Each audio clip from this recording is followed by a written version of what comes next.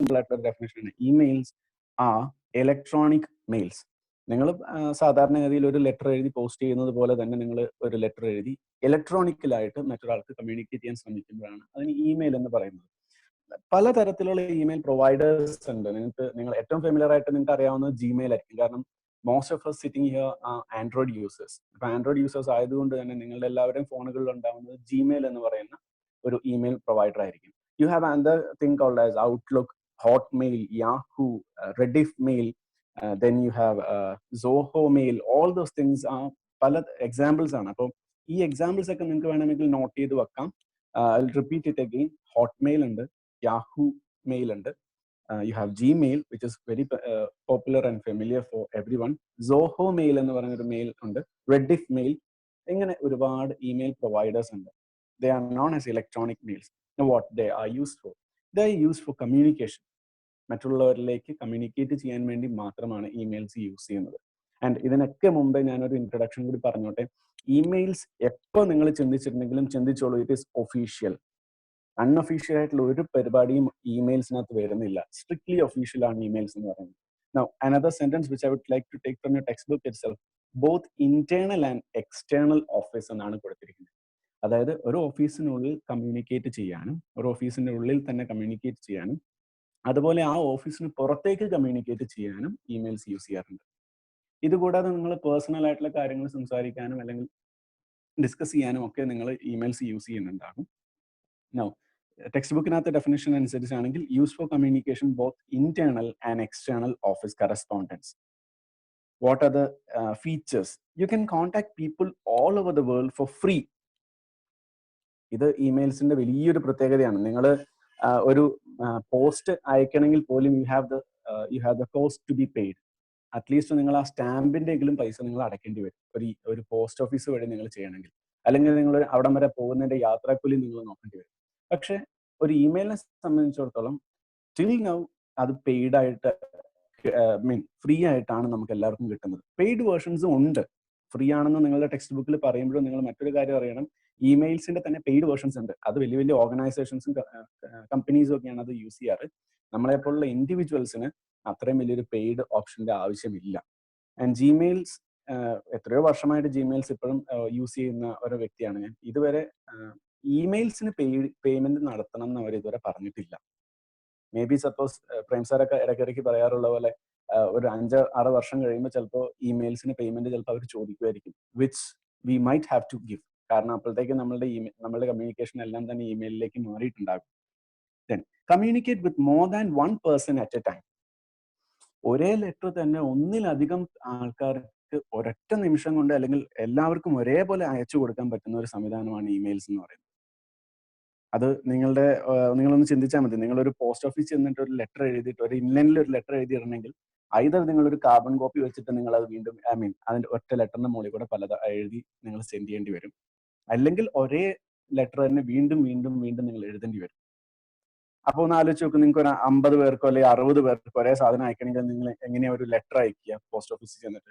വളരെ ബുദ്ധിമുട്ടാണ്. പക്ഷെ ഒരു ഇമെയിൽ അയക്കുന്ന കാര്യത്തിലാണെങ്കിലോ up to 100 people you can send in one click in Gmails. ജിമെയിൽസിലാണെങ്കിൽ നിങ്ങൾക്ക് 100 മുതൽ 150 പേർക്ക് വരെയുള്ള ഇമെയിലുകൾ ഒറ്റയടിക്ക് അയക്കാൻ പറ്റും. അതിൽ കൂടുതലും അയക്കാൻ പറ്റും, പക്ഷെ അതൊരു പെയ്ഡ് വേർഷനിലേ പറ്റുള്ളൂ എന്ന് മാത്രം. പക്ഷെ നിങ്ങൾക്ക് അത്രയൊന്നും വേണ്ടി വരില്ല. നിങ്ങൾക്ക് ജസ്റ്റ് ഇതിന്റെ കാര്യങ്ങളൊന്നും അറിഞ്ഞിരുന്നാൽ മതി. Communicate with more than one person at a time. ഒരൊറ്റ ക്ലിക്കിൽ ഒരുപാട് ആളുകളിലേക്ക് ഒരൊറ്റ കാര്യം അറിയിക്കാനായിട്ട് പറ്റും. Then leave messages any time of A day without bothering people. മറ്റൊരാളെ ബുദ്ധിമുട്ടിക്കാതെ, മറ്റൊരാളുടെ സഹായമില്ലാതെ തന്നെ ഏത് അവസ്ഥയിലാണെന്നോ അല്ലെങ്കിൽ ഏത് സിറ്റുവേഷനിലാണെന്നോ പോലും അറിയേണ്ട കാര്യം നമുക്കില്ല. പക്ഷെ നിങ്ങളൊരു പോസ്റ്റ് ഓഫീസിൽ ചെന്നൊരു ലെറ്റർ അയക്കണമെങ്കിലോ യു ഹാവ് എ ടൈമിങ് അല്ലെ? രാവിലെ 10 മണി മുതൽ 5 മണി വരെ ഉള്ളതാണ് പോസ്റ്റൽ ടൈമിംഗ് എന്ന് പറയുന്നത്. അതിനിടയിൽ തന്നെ ക്ലിയറൻസ് ടൈമിംഗ് എന്ന് പറയുന്ന ഒരു സമയം നിങ്ങൾക്ക് അറിയാമായിരിക്കും. പോസ്റ്റ് ബോക്സിനകത്ത് ഇടുന്ന ലെറ്റേഴ്സ് ക്ലിയർ ചെയ്യുന്ന സമയമുണ്ട്. May be it might be 11:30, 1:30 and 3:30. അങ്ങനെ 3 ഷെഡ്യൂളിലായിട്ടായിരിക്കും ചിലപ്പോൾ ഓരോ പോസ്റ്റ് ബോക്സിനകത്ത് നിന്ന് ലെറ്റേഴ്സ് കളക്ട് ചെയ്യുന്നത്. അപ്പോൾ നിങ്ങളുടെ ലെറ്റേഴ്സ് നിങ്ങളുടെ ആൾക്കാരിലേക്ക് എത്താനായിട്ട് ഒരുപാട് ടൈം എടുക്കാൻ സാധ്യതയുണ്ട്. But think of an email, there is nothing known as time limit. നിങ്ങൾക്ക് ഇപ്പോൾ ഒരു ഇമെയിൽ അയക്കണമെങ്കിൽ യു ക്യാൻ സെൻഡ് ഇറ്റ്. അതല്ല, നിങ്ങൾക്ക് even you can schedule your emails too. അങ്ങനെ ഒരു ഫെസിലിറ്റിയും നിങ്ങളുടെ ഇമെയിൽസിൽ ഇപ്പോൾ നിലവിൽ വന്നിട്ടുണ്ട്. ജിമെയിലിലൊക്കെ അതിപ്പോൾ വന്നു കഴിഞ്ഞു. നിങ്ങളൊന്ന് നിങ്ങളുടെ ആപ്പുകളൊക്കെ ഒന്ന് അപ്ഡേറ്റ് ചെയ്തിട്ടുണ്ടെങ്കിൽ നിങ്ങൾക്ക് അത് മനസ്സിലാക്കാവുന്ന കാര്യമാണ്. Then working collaboratively. ഈ കൊളാബറേറ്റീവ് എന്ന് പറയുന്ന ടേം ഇന്നത്തെ ഒരു സിറ്റുവേഷനിൽ, പ്രത്യേകിച്ച് ഈ പാൻഡമിക് സിറ്റുവേഷനിൽ, കോവിഡ് സിറ്റുവേഷനിൽ വളരെയധികം എഫക്റ്റീവ് ആയിട്ടുള്ള ടേമാണ് കൊളാബറേറ്റീവ് എന്ന് പറയുന്നത്, എഫേർട്ട് എന്ന് പറയുന്നത്.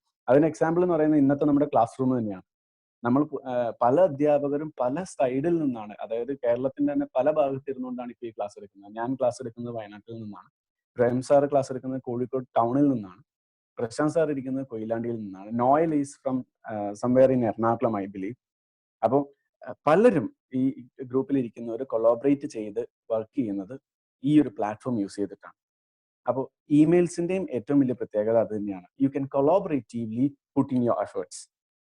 Then the next one is sending attachments. നിങ്ങളുടെ ഒരു പോസ്റ്റർ ബോക്സിൽ ചെന്നിട്ട് നിങ്ങൾക്ക് അതിനകത്തൊരു ഇമേജ് കൂടുതൽ വെക്കണമെങ്കിൽ വെയിറ്റ് കൂടിക്കഴിഞ്ഞാൽ നിങ്ങൾ എമൗണ്ട് കൂടുതൽ അടയ്ക്കണം, അല്ലെ? ഒരു കവറിനകത്ത് നിങ്ങളൊരു സാധനം, ഇച്ചിരി കട്ടിയുള്ള ഒരു സാധനമാണ് നിങ്ങൾ കൊണ്ടുവന്നെങ്കിൽ അത് നിങ്ങൾക്ക് പോസ്റ്റലായിട്ട് അയക്കാൻ പറ്റില്ല. You have to put it in to courier or your registered post ആയിട്ടൊക്കെ അയക്കാൻ പറ്റുള്ളൂ, which you have to pay more. പക്ഷേ നിങ്ങൾക്കൊരു ഇമെയിൽ അയക്കുമ്പോൾ നിങ്ങൾക്ക് അതിനകത്ത് അറ്റാച്ച്മെന്റ്സ് അയക്കാം, വീഡിയോ ഫയൽസ് അയക്കാം, MP3 ഫോമാറ്റിലുള്ള പാട്ടുകൾ വേണമെങ്കിൽ അയക്കാം, അല്ലെങ്കിൽ മറ്റെന്തെങ്കിലും PDF, PPTs, word documents, excel sheets, അങ്ങനെ എന്തും നിങ്ങൾക്ക് അറ്റാച്ച്മെന്റ്സ് ആയിട്ട് അയക്കാം. 25 MB കൂടാൻ പാടില്ല എന്ന് മാത്രം. പക്ഷെ നിങ്ങൾക്ക് ഒരിക്കലും ഇങ്ങനെ ഒരു ഫെസിലിറ്റി നിങ്ങളുടെ പോസ്റ്റൽ മെയിലിൽ കിട്ടത്തില്ല, ശരിയല്ലേ? Then integrating calendars and appointments etcetera. ഞാനത് എക്സെട്ര എന്ന് കൂടി ചേർത്തിട്ടുണ്ട്, കാരണം നിങ്ങൾ ടെക്സ്റ്റ് ബുക്കിനകത്ത് കലണ്ടേഴ്സ് അപ്പോയിന്റ്മെന്റ്സ് എന്നൊക്കെ മാത്രമേ പറഞ്ഞിട്ടുള്ളൂ. കാരണം ഇപ്പോൾ ഗൂഗിളിന്റെ ആണ് ഞാൻ സ്ഥിരമായിട്ട് യൂസ് ചെയ്യുന്ന ഇമെയിൽ. അപ്പോൾ ഗൂഗിൾ കലണ്ടർ എന്ന് പറഞ്ഞൊരു ഫെസിലിറ്റി നമുക്ക് അവൈലബിൾ ആണ്. അപ്പോൾ അത് വളരെ എളുപ്പമാണ്. കാരണം എന്താ വെച്ചാൽ കലണ്ടറിനകത്ത് നമ്മൾ ഒരു മീറ്റിങ്ങോ അല്ലെങ്കിൽ എന്തെങ്കിലും ഒരു കാര്യം ഫിക്സ് ചെയ്തിട്ടുണ്ടെങ്കിൽ you will get reminders on your phone. നിങ്ങളുടെ ഫോണിൽ തന്നെ റിമൈൻഡേഴ്സ് വരും. അപ്പോൾ which means you can just go into it as soon as you get a reminder or a notification. Then appointments fix ചെയ്യാനായിട്ട് വളരെ എളുപ്പമാണ് ഇന്നത്തെ കാലത്ത് ഇമെയിൽസ് വെച്ച് അപ്പോയിന്റ്മെന്റ്സ് ഫിക്സ് ചെയ്യാനായിട്ട്. കാരണം ഡേറ്റും ടൈമും വെച്ചിട്ട് നിങ്ങളൊരു മെയിൽ അയച്ചിട്ടുണ്ടെങ്കിൽ the other person who is sitting at the other end, അയാൾക്ക് അത് ഓട്ടോമാറ്റിക് ആയിട്ട് അയാളുടെ കലണ്ടറിലേക്ക് അത് മാറ്റി സേവ് ചെയ്യാനായിട്ട് പറ്റും. And as soon as he or she is free they can get back to you. ഇപ്പോൾ ഇമെയിൽസിൽ വളരെ പോപ്പുലർ ആയിക്കൊണ്ടിരിക്കുന്ന മറ്റൊരു ഫീച്ചറാണ് ഗൂഗിൾ മീറ്റ് എന്ന് പറയുന്ന വീഡിയോ കോൺഫറൻസിങ് ഫെസിലിറ്റി, അല്ലെങ്കിൽ സൂം മീറ്റിംഗ്സ് എന്ന് പറയുന്ന ഒരു വീഡിയോ കോൺഫറൻസിങ് ഫെസിലിറ്റി.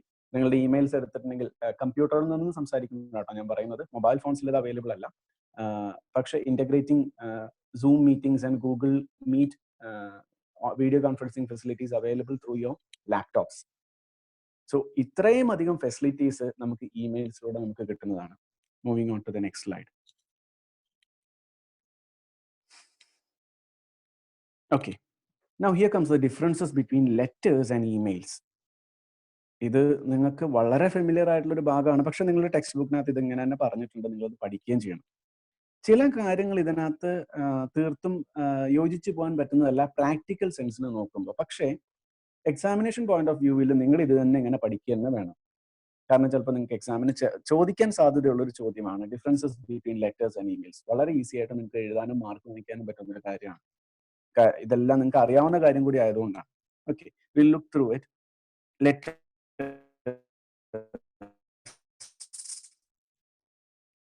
ലെറ്റേഴ്സിന്റെ എപ്പോഴും നിങ്ങൾ ഇത് ഒരു ഓഫീസിനുള്ളിൽ നടക്കുന്ന കമ്മ്യൂണിക്കേഷനെ കുറിച്ചാണ് സംസാരിക്കുന്നത്.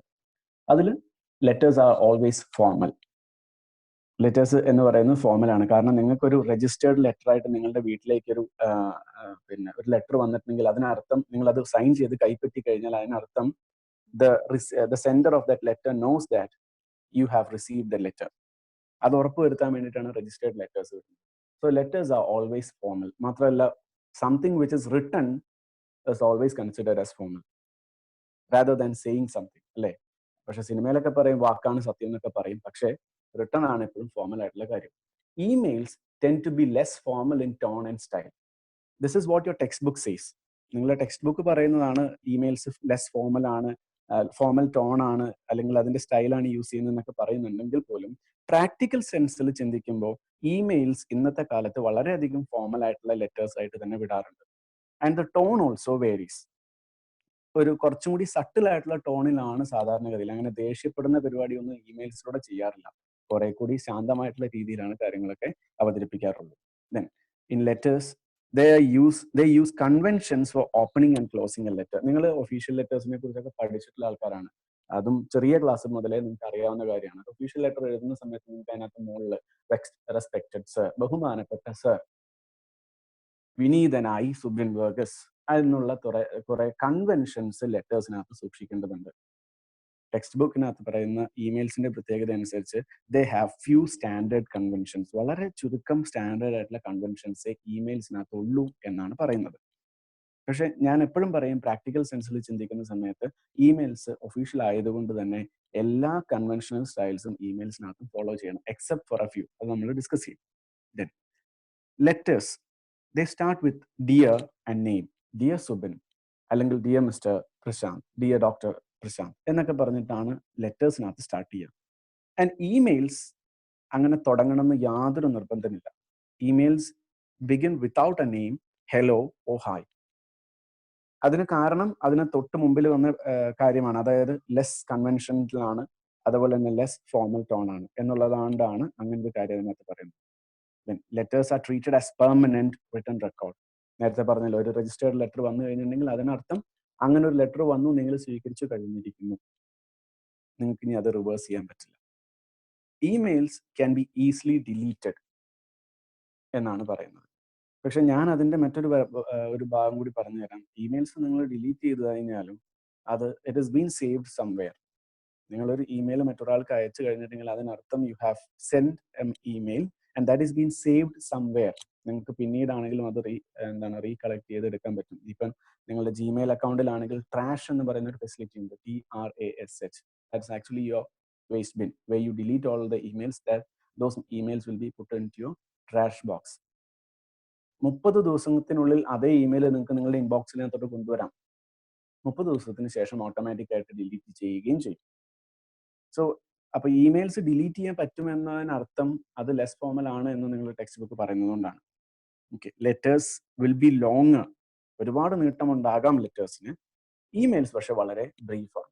I agree to that point which is been said in your text book. കാരണം ഇമെയിൽസ് ഒരിക്കലും വലിച്ചു നീട്ടി എഴുതാൻ പാടില്ല, പറ്റില്ല, ചെയ്യരുത്. വളരെ ബ്രീഫായിട്ട് കാര്യങ്ങൾ സംസാരിക്കുന്ന ഒരു കമ്മ്യൂണിക്കേഷൻ മെത്തേഡാണ് ഇമെയിൽസ് എന്ന് പറയുന്നത്. Letters they have clear paragraph structure. നേരത്തെ പ്രശാന്ത് സാർ പറഞ്ഞതുമായിട്ട് കൂട്ടി ചിന്തിക്കുമ്പോൾ U have A 5 paragraph structure അല്ലെങ്കിൽ 3 paragraph structure in A letter. പക്ഷെ ഇമെയിൽസിനകത്ത് പാരഗ്രാഫ്സ് ഉണ്ടാകും, 1, 2, 3 പാരഗ്രാഫ്സ് ആയിട്ട് തന്നെ എഴുതും. പക്ഷേ ഷോർട്ടർ പാരഗ്രാഫ്സ് ആയിരിക്കും, വളരെ വലുതായിരിക്കില്ല, വളരെ ചെറുതായിരിക്കും. കാരണം നിങ്ങളുടെ ഇമെയിൽസ് കിട്ടുന്ന ആൾക്കാർക്ക് നിങ്ങളുടെ കഥ വായിച്ചിരിക്കുക എന്നുള്ളതല്ല, അവർക്ക് മറ്റു കാര്യങ്ങൾ ചെയ്യാനുള്ളത് കൊണ്ട് തന്നെ ബ്രീഫായിട്ട് ഷോർട്ടർ പാരഗ്രാഫ് യൂസ് ചെയ്ത് കൂടുതൽ കാര്യങ്ങൾ സംസാരിക്കാനായിട്ടാണ് emails ശ്രദ്ധിക്കാറുള്ളത്. Then letters are external correspondence. ഒരു ഓഫീസിൽ നിന്ന് പുറത്ത് മറ്റൊരു ഓഫീസിലേക്ക് അല്ലെങ്കിൽ മറ്റൊരു കമ്പനിയിലേക്ക് ലെറ്റേഴ്സ് ആയിട്ടാണ് കറസ്പോണ്ടൻസ് നടത്താറുള്ളത്. അറ്റ് ദ സെയിം ടൈം ഒരേ ഓഫീസിനുള്ളിൽ പ്രവർത്തിക്കുന്ന സമയത്ത് ഇമെയിൽസ് ആണ് കറസ്പോണ്ടൻസിന് അല്ലെങ്കിൽ കമ്മ്യൂണിക്കേഷന് യൂസ് ചെയ്യുന്നത്. Next slide.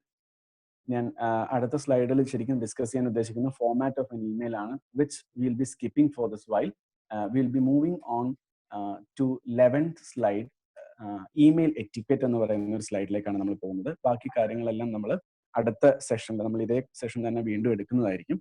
ഇമെയിൽ എറ്റിക്കറ്റ് എന്ന് പറയുന്ന ഒരു ഭാഗമായിരിക്കും ഇപ്പൊ നമ്മൾ എടുക്കുന്നത്. That's on the 11th slide. Now it's on your screen. ഈ എറ്റിക്കറ്റ് എന്നുള്ള വാക്ക് സത്യത്തിൽ ഉദ്ദേശിക്കുന്നത് മറ്റൊന്നുമല്ല, ഗുഡ് മാനേഴ്സ് എന്നുള്ളത് തന്നെയാണ്. നമ്മളൊരു ഇമെയിൽ അയക്കുന്ന സമയത്ത് നമ്മൾ ചെയ്യേണ്ടതായിട്ടുള്ള മാനറിസംസ് എന്തൊക്കെയാണ്, ഏറ്റവും നല്ല മാനറിസംസ് എന്തൊക്കെയാണ്, അതിനെക്കുറിച്ചാണ് ഡിസ്കസ് ചെയ്യുന്നത്. നിങ്ങളുടെ ടെക്സ്റ്റ് ബുക്കിനകത്ത് ഇത് വളരെ വലുതായിട്ടാണ് കൊടുത്തിരിക്കുന്നത്, ഒരുപാട് ബുള്ളറ്റ് പോയിന്റ്സ് പറഞ്ഞു പോകുന്നുണ്ട്. പക്ഷെ ആ കാര്യങ്ങൾ തന്നെ ഞാൻ ഇതിന് മുമ്പത്തെ സ്ലൈഡുകളിൽ ഡിസ്കസ് ചെയ്യുന്നതായിരിക്കും അടുത്ത class. So I have put it in to few topics only. Email etiquette എന്നുള്ള പേരിൽ വളരെ ചുരുക്കം ടോപ്പിക്സ് മാത്രമേ ഞാനിവിടെ പറയുന്നു. പ്രധാനപ്പെട്ട ഒരു കാര്യം, using A separate account for personal and business emails. നിങ്ങളൊരു കമ്പനിയിലാണ് വർക്ക് ചെയ്യുന്നതെങ്കിൽ ആ കമ്പനിയുടെ കീഴിൽ വർക്ക് ചെയ്യുമ്പോൾ അതിൻ്റെ ഒഫീഷ്യൽ ആയിട്ടുള്ള കാര്യങ്ങൾ കമ്മ്യൂണിക്കേറ്റ് ചെയ്യാൻ വേണ്ടിയിട്ട് തീർച്ചയായിട്ടും നിങ്ങളൊരു ബിസിനസ് ഇമെയിൽ കീപ്പ് ചെയ്യണം. ആൻഡ് പേഴ്സണൽ ഇമെയിൽ വേറെ തന്നെ വെക്കണം. നെവർ എവർ സെൻഡ് ഇമെയിൽസ് അങ്ങോട്ടും ഇങ്ങോട്ടും മിക്സ് ചെയ്തിട്ട് വിടരുത്. അതായത് പേഴ്സണലായിട്ട് ഇപ്പൊ നിങ്ങളുടെ ഭാര്യയ്ക്കോ അല്ലെങ്കിൽ നിങ്ങളുടെ സുഹൃത്തിനോ അല്ലെങ്കിൽ നിങ്ങളുടെ റിലേറ്റീവ്സിനോ അയക്കുന്ന ഇമെയിൽ നിങ്ങളുടെ ഒഫീഷ്യൽ ഇമെയിലിന് അയക്കാതിരിക്കുക. അതുപോലെ തന്നെ നിങ്ങളുടെ ഫ്രണ്ട്സിനോടും റിലേറ്റീവ്സിനോടും പറയുക, ഇതെന്റെ പേഴ്സണൽ ഇമെയിലിലേക്ക് അയക്കുക, ഇതൊന്നും എന്റെ ഒഫീഷ്യൽ മെയിലിലേക്ക് അയക്കരുത്. കാരണം അതിന് പ്രധാനപ്പെട്ട ഒരു കാര്യം എന്ന് വെച്ചിട്ടുണ്ടെങ്കിൽ ഈ ഒഫീഷ്യൽ ഇമെയിൽസ് എന്ന് പറയുന്നത് തന്നിരിക്കുന്നത് ചിലപ്പോൾ നിങ്ങളുടെ കമ്പനി ആയിരിക്കും. And the company administrator, IT administrator will have all the rights in to your emails. ആ ഇമെയിൽസിൽ വന്നിരിക്കുന്ന എല്ലാ കണ്ടന്റും വായിച്ചു നോക്കാനും അല്ലെങ്കിൽ അതിനകത്ത് വന്നിരിക്കുന്ന കാര്യങ്ങൾ എന്തൊക്കെയാണെന്നും നിങ്ങൾ എത്ര പേർക്ക് ഇമെയിൽ അയച്ചിട്ടുണ്ടെന്നും ഒക്കെ ചെക്ക് ചെയ്യാനുള്ള അവകാശം അഡ്മിൻ കൺസോളിലുള്ള IT അഡ്മിനിസ്ട്രേറ്റർക്ക് പറ്റും. അപ്പൊ അതുകൊണ്ട് നിങ്ങളുടെ പേഴ്സണൽ ആയിട്ടുള്ള ഒരു കാര്യങ്ങളും പേഴ്സണൽ ഇമെയിൽസ് ഒന്നും തന്നെ നിങ്ങളുടെ ബിസിനസ് ഇമെയിൽസ് വഴി അയക്കരുത്. Check your emails at least once a day. Text ബുക്കിനകത്ത് പറയുന്നത് വൺസ് എ ഡേ എന്നാണ്. ഞാൻ പക്ഷെ പ്രാക്ടിക്കൽ സെൻസിൽ പറയുമ്പോൾ ഞാൻ പറയും മിനിമം 3 തവണയെങ്കിലും നിങ്ങളുടെ ഇമെയിൽ ബോക്സുകൾ നിങ്ങൾ ചെക്ക് ചെയ്തേ മതിയാവുള്ളൂ ഓരോ ദിവസവും. രാവിലെ, ഉച്ചയ്ക്ക്, വൈകിട്ട് 3 നേരം ഒരു ഗുളിക കഴിക്കുന്ന പോലെ. ജസ്റ്റ് ടു ഗെറ്റ് ഇൻഫോംഡ് നിങ്ങൾക്ക് എന്തെങ്കിലും പുതിയ ഇമെയിൽസ് വന്നിട്ടുണ്ടോ എന്നുള്ളത്. അതിനൊക്കെ ഒരുപാട് റീസൺസ് ഉണ്ട്. മറ്റൊന്നുമല്ല, നിങ്ങളൊരു കമ്പനിയിൽ നിങ്ങളിപ്പോൾ ഡിഗ്രി എല്ലാം കഴിഞ്ഞ് മറ്റൊരു കമ്പനിയിൽ വർക്ക് ചെയ്യാനൊക്കെ ആയിട്ട് പോകുന്ന സമയത്ത് പല കറസ്പോണ്ടൻസും പല കമ്മ്യൂണിക്കേഷനും വരുന്നത് ഇമെയിൽസിലൂടെ മാത്രമായിരിക്കും. സപ്പോസ് നിങ്ങളൊരു ഇന്റർവ്യൂവിനായിട്ട് നിങ്ങൾ പോയിട്ടുണ്ടായിരുന്നു, അതിന്റെ റിസൾട്ട് വരുന്നത് ചിലപ്പോൾ നിങ്ങളുടെ ഇമെയിലിലായിരിക്കും. ആ ഇമെയിൽ നിങ്ങൾ ചെക്ക് ചെയ്തിട്ടില്ലെങ്കിൽ ഒരുപക്ഷെ നിങ്ങൾക്ക് നിങ്ങളുടെ ജോലി തന്നെ നഷ്ടമാകും. അപ്പൊ അത്രയും വലിയൊരു സീരിയസ് ആയിട്ടുള്ള ഒരു കാര്യമാണ് നിങ്ങളുടെ ഇമെയിൽസ് എന്ന് പറയുന്നത് ഇന്നത്തെ കാലത്ത്. Reply to email messages as soon as possible. നിങ്ങൾക്ക് വന്നിരിക്കുന്ന ഇമെയിലുകൾ ഏതൊക്കെയാണെന്ന് ചെക്ക് ചെയ്തിട്ട് അതിനുള്ള റെസ്പോൺസസ് ഉടനെ തന്നെ നൽകുക. കാരണം അവരൊരു ഇമെയിൽ അയക്കുന്നത് നിങ്ങളിൽ നിന്നുള്ള റെസ്പോൺസ് പ്രതീക്ഷിച്ചുകൊണ്ടാണ്. പക്ഷെ പൊതുവെ നമ്മൾ ഇമെയിൽസ് കണ്ടിട്ടുണ്ടെങ്കിൽ തന്നെ അത് റെസ്പോണ്ട് ചെയ്യാറില്ല. അതിന് 2 റീസൺ ഉണ്ട്. ഒന്നുകിൽ നമുക്ക് റെസ്പോണ്ട് ചെയ്യാൻ ടൈം ഇല്ലാത്തതുകൊണ്ടായിരിക്കാം, ഇല്ലെങ്കിൽ നമ്മൾ കമ്പ്യൂട്ടറിന് അടുത്തുണ്ടായിരിക്കില്ല. ഇങ്ങനെ പല റീസൺസ് ഉണ്ടാകാം നിങ്ങൾ ചിലപ്പോൾ റെസ്പോണ്ട് ചെയ്യാത്തത്. അങ്ങനെ നിങ്ങൾ കമ്പ്യൂട്ടറിന് അടുത്തില്ലാത്ത സമയം അല്ലെങ്കിൽ നിങ്ങൾ വെക്കേഷനിലായിരിക്കുന്ന സമയത്തൊക്കെ ആണെങ്കിൽ നിങ്ങളുടെ ഇമെയിൽ റിമൈൻഡർ, നിങ്ങളുടെ ഇമെയിൽ സെറ്റിംഗ്സിനകത്ത് ഒരു ഫെസിലിറ്റി ഉണ്ട്, വെക്കേഷൻ റെസ്പോണ്ടർ എന്ന് പറയുന്ന ഒരു ഫെസിലിറ്റി അവൈലബിൾ ആണ്. അത് യൂസ് ചെയ്തിട്ട് നിങ്ങൾ കമ്പ്യൂട്ടേഴ്സ് യൂസ് ചെയ്യുന്ന അല്ലെങ്കിൽ നിങ്ങളൊരു സ്പെസിഫൈഡ് ടൈം കൊടുക്കുകയാണെങ്കിൽ ആ ടൈം ഡ്യൂറേഷനിൽ വരുന്ന ഇമെയിലുകൾക്കെല്ലാം ഓട്ടോമാറ്റിക്കായിട്ട് റെസ്പോൺസ് പോകും. അത് നമുക്ക് പ്രീ ഡിഫൈൻ ആയിട്ട് സെറ്റ് ചെയ്ത് വെക്കാനും പറ്റും. അപ്പൊ അതുകൊണ്ട് ഇമെയിൽസ് വരുന്നതിനെല്ലാം തന്നെ റെസ്പോൺസസ് കൊടുക്കേണ്ടത് അത്യാവശ്യമാണ്. ഞാൻ എപ്പോഴും പറയുന്നു, സുബിൻ സാർ പറഞ്ഞിട്ടുണ്ട് എൻ്റെ ഇമെയിൽ ബോക്സിൽ വന്ന ഇമെയിൽസിലേക്കൊക്കെ റെസ്പോൺസ് കൊടുക്കണമെന്ന്. നോ, അങ്ങനെയല്ല ഞാൻ പറയുന്നത്. നിങ്ങൾക്ക് വന്നിരിക്കുന്ന ഇമ്പോർട്ടൻ്റ് ആയിട്ടുള്ള ഇമെയിൽസിന് റെസ്പോൺസ് കൊടുക്കണം. കാരണം ഇന്ന് ഇമെയിൽസ് എന്ന് പറയുന്നത് ഒരു സ്പാം ബോക്സ് കൂടിയാണ്. സ്പാം എന്ന് പറയുന്നത് അനാവശ്യമായിട്ടുള്ള ഇമെയിലുകൾ വന്നു കൂടുന്ന ഒരു സ്ഥലം കൂടിയാണ് നിങ്ങളുടെ ഇൻബോക്സ് എന്ന് പറയുന്നത്. ചുമ്മാ നിങ്ങളുടെ ഇൻബോക്സ് എടുത്ത് നോക്കിയാൽ നിങ്ങൾ അറിയാം, കുറെ കാലം കൂടിയിട്ടാണ് നിങ്ങൾ ഇൻബോക്സ് എടുക്കുന്നതെങ്കിൽ you might have more than 1000 emails in your inbox. അതിൽ പലതും പരസ്യങ്ങളുമായിരിക്കും. നിങ്ങൾ നെറ്റിൽ എവിടെയെങ്കിലും സെർച്ച് ചെയ്തപ്പോൾ അല്ലെങ്കിൽ നിങ്ങൾ എവിടെയെങ്കിലും കൊടുത്തിട്ടുള്ള ഇമെയിലിൽ നിന്ന് കിട്ടിയിട്ടുള്ള അല്ലെങ്കിൽ നിങ്ങൾ എവിടെയെങ്കിലും ഇമെയിൽ സബ്മിറ്റ് ചെയ്തപ്പോൾ വന്നിട്ടുള്ള റെസ്പോൺസസ് ആയിട്ട് വന്നിരിക്കുന്ന കാര്യങ്ങളായിരിക്കും. അപ്പൊ അതിനൊന്നും നിങ്ങൾ റെസ്പോൺസസ് കൊടുക്കണം എന്നല്ല പറയുന്നത്. പക്ഷെ ഒഫീഷ്യലായിട്ട് വരുന്ന ഇമെയിലുകൾക്കെല്ലാം തന്നെ തീർച്ചയായിട്ടും റെസ്പോൺസസ് കൊടുക്കണം. Avoid the use of emoticons and short forms. Now, this is something which we are so familiar with. Emoticons use ചെയ്യാനായിട്ട് നിങ്ങളെ ആരും പഠിപ്പിക്കേണ്ട കാര്യമില്ല ഇമോട്ടിക്കോൺസ് യൂസ് ചെയ്യാനായിട്ട്. പക്ഷേ ഇമെയിൽസിനകത്ത് ഒരിക്കലും ഇമോട്ടിക്കോൺസ് യൂസ് ചെയ്യാൻ പാടില്ല. അതുപോലെ തന്നെ short forms, GDMRNG, good morning ആണെന്നുള്ളത് എനിക്ക് പറയാം, നിങ്ങൾക്ക് പറയാം. പക്ഷേ നിങ്ങളൊരു ഒഫീഷ്യൽ ഇമെയിൽ അയക്കുന്ന സമയത്ത് അല്ലെങ്കിൽ ഇമെയിൽസ് അയക്കുന്ന സമയത്ത് ഒരിക്കലും ഇമോട്ടിക്കോൺസിന്റെ യൂസേജും അതുപോലെ ഷോർട്ട് ഫോംസിന്റെ യൂസേജും പാടില്ല. Then send attachments only with the receiver's permission upon request. ഈ അറ്റാച്ച്മെന്റ്സിന്റെ കാര്യവുമായി ബന്ധപ്പെട്ട് എനിക്ക് വേറെയും 1-2 കാര്യങ്ങൾ കൂടി പറയാനുണ്ട്. നിങ്ങൾ അറ്റാച്ച്മെന്റ് അയക്കുന്ന സമയത്ത് ആ അറ്റാച്ച്മെന്റിന്റെ ഫയൽ നെയിം ക്ലിക്ക് ചെയ്ത് മാറ്റി എന്താണോ കാര്യം പറയാൻ ഉദ്ദേശിക്കുന്നത് അതാക്കി കൊടുക്കാൻ നിങ്ങൾ മറന്നു പോകരുത്. കാരണം റീസെന്റ് ആയിട്ട് ഞങ്ങൾക്കിപ്പോൾ ഒരു എക്സ്പീരിയൻസ് ഉള്ളതും കൂടി പറഞ്ഞുതരാം. ഞങ്ങളൊരു വെബിനാർ കണ്ടക്ട് ചെയ്തിരുന്നു. അപ്പോൾ ആ വെബിനാർ കണ്ടക്ട് ചെയ്ത സമയത്ത് നമുക്ക് വന്നിരിക്കുന്ന കുറെ ഡാറ്റ വരുന്നുണ്ടായിരുന്നു, അവരുടെ വീഡിയോസ് വരുന്നുണ്ടായിരുന്നു, അങ്ങനെ പല ഫയലുകൾ വരുന്നുണ്ടായിരുന്നു. പക്ഷേ ഈ വന്ന ഫയലുകളിൽ ഭൂരിഭാഗം ആൾക്കാർക്കും ഫയൽ നെയിമുകൾ ഉണ്ടായിരുന്നില്ല. അപ്പോൾ ഒന്ന് ആലോചിച്ച് നോക്കും, നിങ്ങളൊരു കമ്പനിയിലാണ് വർക്ക് ചെയ്യുന്നതെങ്കിൽ അല്ലെങ്കിൽ നിങ്ങൾ മറ്റൊരു കമ്പനിയിലേക്കാണ് ഒരു മെയിൽ അയക്കുന്നതെങ്കിൽ നിങ്ങൾ അയക്കുന്ന അറ്റാച്ച്മെന്റ്സിന് നെയിം ഇല്ലെങ്കിൽ, പേരില്ലെങ്കിൽ, how difficult it might be that person to understand which email is from which person or what are the files being sent by XYZ. അത് മനസ്സിലാക്കിയെടുക്കാൻ വളരെയധികം ബുദ്ധിമുട്ടാണ്. അപ്പൊ നിങ്ങളൊരു വേർഡ് ഫയലാണ് അയക്കുന്നതെങ്കിൽ അത് എന്തിന്റെ ഫയലാണോ നിങ്ങളുടെ പേരും വെച്ചിട്ട് ആ ഫയൽ നെയിം ആദ്യമേ സേവ് ചെയ്തിട്ട് ആ ഫയൽ വേണം നിങ്ങൾ അറ്റാച്ച്മെന്റ് ആയിട്ട് അയക്കാൻ. ആൻഡ് നിങ്ങളുടെ ടെക്സ്റ്റ് ബുക്കിൽ പറയുന്ന പോലെ അവർ ചോദിക്കുന്നുണ്ടെങ്കിൽ മാത്രമേ അറ്റാച്ച്മെന്റ്സ് അയച്ചു കൊടുക്കേണ്ട കാര്യമുള്ളൂ. Otherwise you need attach anything. ഇനി അറ്റാച്ച്മെന്റ് വെക്കുന്നുണ്ടെങ്കിൽ ദയവായിട്ട് നിങ്ങളുടെ ഇമെയിൽസിനകത്ത് അത് മെൻഷൻ ചെയ്യുകയും ചെയ്യണം. യു ഹാവ് തിങ്സ് അറ്റാച്ച്ഡ് എന്നുള്ളത്. Then avoid including confidential information. Confidential information എന്ന് ഉദ്ദേശിക്കുന്നത് നിങ്ങളുടെ ബാങ്ക് ഡീറ്റെയിൽസോ അല്ലെങ്കിൽ നിങ്ങളുടെ ആധാർ കാർഡ് ഡീറ്റെയിൽസോ അല്ലെങ്കിൽ നിങ്ങളുടെ പിൻ കോഡുകളോ പാസ്വേഡുകളോ തുടങ്ങിയ സാധനങ്ങളൊന്നും തന്നെ നിങ്ങൾ യൂസ് ചെയ്യാൻ പാടില്ല നിങ്ങളൊരു ഇമെയിൽ അയക്കുന്ന സമയത്ത്. അങ്ങനത്തെ കാര്യങ്ങളൊന്നും നിങ്ങളുടെ ഇമെയിൽസിൽ അയച്ചു കൊടുക്കരുത്. Then include your signature at the end of the messages. നിങ്ങൾ ഇമെയിൽസ് അയക്കുന്നതിന്റെ അവസാനം സിഗ്നേച്ചേഴ്സ്, അതായത് അപ്പം നിങ്ങൾ വിചാരിക്കും അപ്പം ഞാനിങ്ങനെ കൈകൊണ്ട് എഴുതുവോ? അല്ല.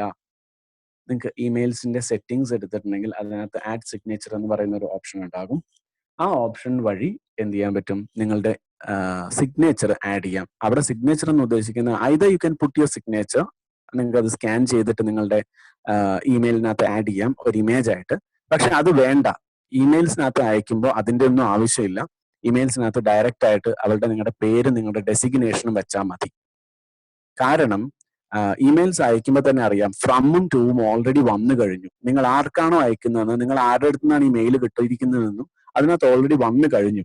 അപ്പൊ അതുകൊണ്ട് ഇതൊന്ന് ഒഫീഷ്യൽ ആക്കാൻ വേണ്ടി ഏറ്റവും അടിയിലായിട്ട് വിത്ത് റിഗാർഡ്സ് അല്ലെങ്കിൽ യുവേഴ്സ് ഫെയ്ത്ത്ഫുള്ളി എന്താണോ നിങ്ങൾ വെക്കുന്നത്, Subin Varghese and the designation, നിങ്ങൾ ആരാണെന്നുള്ളതിന്റെ ഡെസിഗ്നേഷൻ, ഇത്തരം കാര്യങ്ങൾ മാത്രം നിങ്ങൾ സിഗ്നേച്ചർ ആയിട്ട് ഇൻക്ലൂഡ് ചെയ്താൽ മതി. Okay, and that's the end of my presentation for today. On the next slide, you have a